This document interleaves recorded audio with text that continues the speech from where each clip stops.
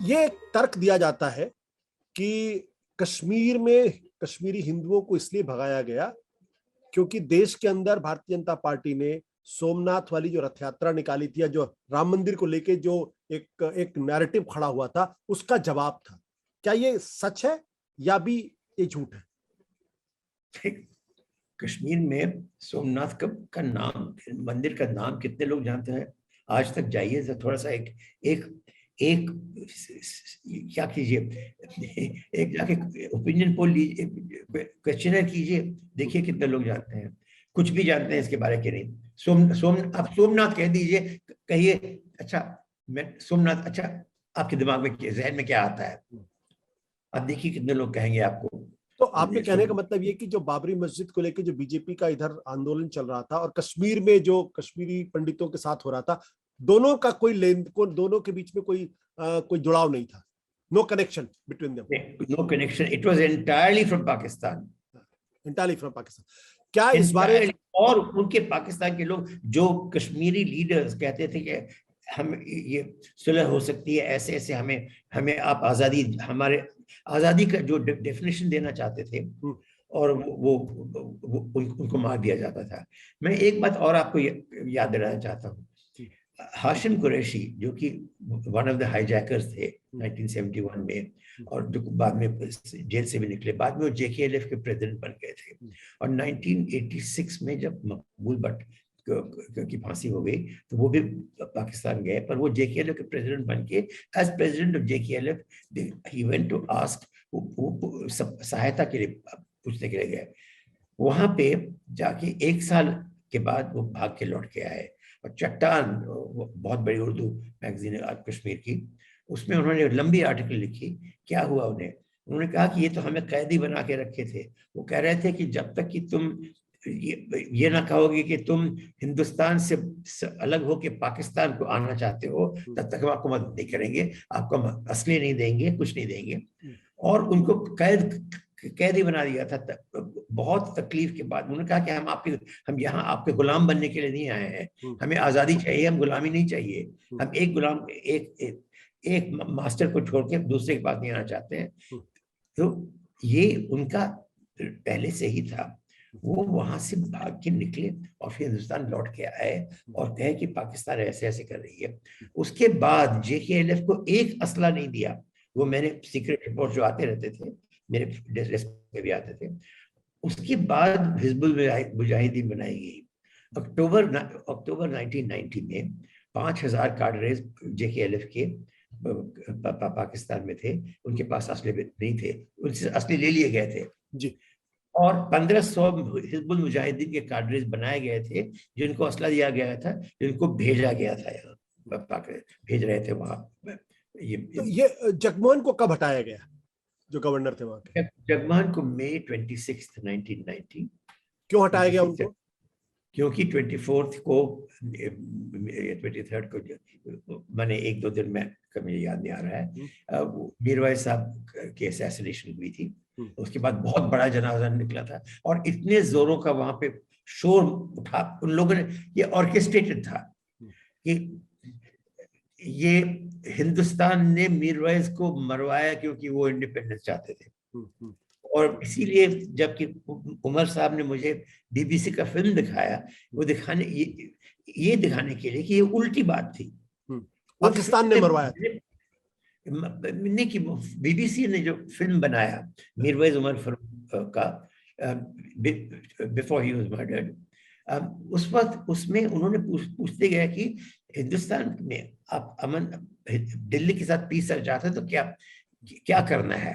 और उन्होंने खींच के उसे निकाला एक प्रोग्राम की, अगर ऐसे ऐसे करें तो हम यहाँ अमन आ जाएगा। आपके कहने का मतलब ये मीरवाइज का जो कत्ल था वो पाकिस्तान ने कराया और प्रोपेगेंडा ये किया कि हिंदुस्तान ने कराया क्योंकि वो इंडिपेंडेंस। वो तो हमेशा हमेशा। अब मेरा दूसरा सवाल, जो देश के प्रधानमंत्री विश्वनाथ प्रताप सिंह थे, उनकी पहली प्रतिक्रिया क्या थी जब उन्होंने सुना कि कश्मीरी पंडितों को वहां से भागना पड़ा है? What did he do? जहां तक मैं जानता हूँ, वो उनको सेटल करने, कैंप्स वैम्प्स का बहुत बहुत कुछ अंदाज, मैंने ऑर्गेनाइजेशन बहुत हुआ। इसका इनको केयर था, पर वो हमेशा सोचते थे कि ये बहुत टेम्पररी है, हम पीस एस्टेब्लिश हो जाएगा और ले जाए फिर लौट के चले जाएंगे। और ये कई सालों तक, 3, 4, 5 सालों तक उनके जाने के बाद भी यही जहन वो कश्मीरियों के जहन में था कि हम जम्मू में टेम्पररी ठहरे हुए हैं, या दिल्ली आए तो टेम्पररी आए हुए हैं। जिनके यहाँ रिश्तेदार थे दिल्ली में, वो दिल्ली पहुंच गए, जिनके नहीं थे वो जम्मू में कैंप में बैठे हुए थे। वो तो लौटना चाहते थे ना। और क्या आपको आइडिया तो वही था। विश्वनाथ प्रताप सिंह ने, आपने कहा कि कैंप बनवाए, उनको ये उम्मीद थी कि पीस वापस हो जाएगा तो ये लोग वापस भी जा सकते हैं, लेकिन क्या उनको ये अंदाजा था जब कि कश्मीरी पंडितों के साथ ऐसा भी हो सकता है? क्योंकि उनके पास ऐसी कोई इंटेलिजेंस रिपोर्ट थी कि कश्मीरी पंडितों को कश्मीर से बाहर भगाने की पाकिस्तान की साजिश है? मैंने अगर ऐसी थी हमारे पास कभी नहीं आई। मैं ऐसे इसमें गेस नहीं कर सकता हूँ, पर मुझे जो मेरे हमारी बातें हुई इनके साथ, और जो मैंने इनको रिपोर्ट किया कश्मीर में एक तरह के लौट के, इसमें इसका जरा भी कहीं तक भी नहीं था कि ये माफ कीजिए, एक जो आप फिर से मुझे बताइए जो आप पूछे। नहीं, मेरा सवाल यह है कि क्या विश्वनाथ प्रताप सिंह के पास, चूंकि प्रधानमंत्री थे, तो उनके पास इंटेलिजेंस रिपोर्ट रही होगी या जानकारी थी कि कश्मीर से कश्मीरी पंडितों को निकालने की साजिश पाकिस्तान रच रहा है? वो इंटेलिजेंस के लिए आपको इस्लामाबाद जाना पड़ता। आपकी जानकारी में नहीं? यहाँ पे कुछ नहीं था। हाँ, आपकी जानकारी में नहीं था। अब मेरा सवाल यह है कि विश्वनाथ प्रताप जी आशुतोष, मैं समझ गया। हाँ, इनको इंटेलिजेंस का पहले कुछ नहीं पता था। जब रुबिया सईद की क्या कहते हैं किडनैपिंग हुई, उस वक्त बिल्कुल सब लोग हक्का बक्का हो गए। अगर उन्हें कुछ भी जरा भी पता रहता तो उनके फादर को गृह मंत्री बनाते क्या? कोई ऐसा पागल है क्या? इस सबसे बड़ा सबूत कि इन्हें जरा भी जहन में कुछ आइडिया रिमोटली किसी के माइंड में नहीं था कि ये आके इनके डॉटर को किडनैप करेंगे और इसके रिएक्शन से वो एक जनरल अपराइजिंग करवाएंगे। वो सब प्लानिंग हुआ है, सब एवरी स्टेप वो पाकिस्तान में प्लानिंग हुआ था। तो ये जब कश्मीरी पंडित वहां रातों रात भागे, तो फिर प्रधानमंत्री ने क्या किया? उन्हें शरणार्थी थे, उन्हें शरण लिया, और क्या कर सकते हैं। कैबिनेट के अंदर किसी तरीके का रिजल्टमेंट था क्या? उन्होंने किसी ने विश्वनाथ प्रताप सिंह को या देश के प्रधानमंत्री को जिम्मेदार ठहराया कि देखिए आपके रहते हुए कश्मीरी पंडितों को कश्मीर से भागना पड़ा? जहां तक मैं जानता हूँ, ये बहुत बेचैनी थी कि रुबिया सईद को ले गया, मैंने, और मुफ्ती सईद गृह मंत्री है, तो इसमें मैंने हमारे तो मैं हाथ में हथकड़ी लग गया ना। मैं सोचता हूँ अभी जब मैं सोचता हूँ सबसे अच्छा रहता अगर मुफ्ती सईद उसी वक्त रिजाइन कर दिए रहते और कहते देखिए ये पॉलिटिकल चीज है, और अगर मैं रहूंगा तो मेरी बेटी शायद नहीं बच पाएगी, अगर मैं निकल जाऊं तो ये बच जाएगी। अगर उनको रख के, विश्वनाथ जी बड़े लॉयल थे, लॉयल्टी, आप अगर ये देवाशीष मुखर्जी की किताब पढ़े उनपे, तो loyalty was his main characteristic. कितने जगहों में ये स्थापित हो जाता है पढ़ के, और वो उनको नहीं जाने दिए। ये गलती मेरे माइंड से गलती थी। आपके हिसाब से अगर विश्वनाथ प्रताप सिंह ने उस वक्त मुफ्ती मोहम्मद सईद का इस्तीफा ले लिया होता तो हालात इतने नहीं बिगड़ते?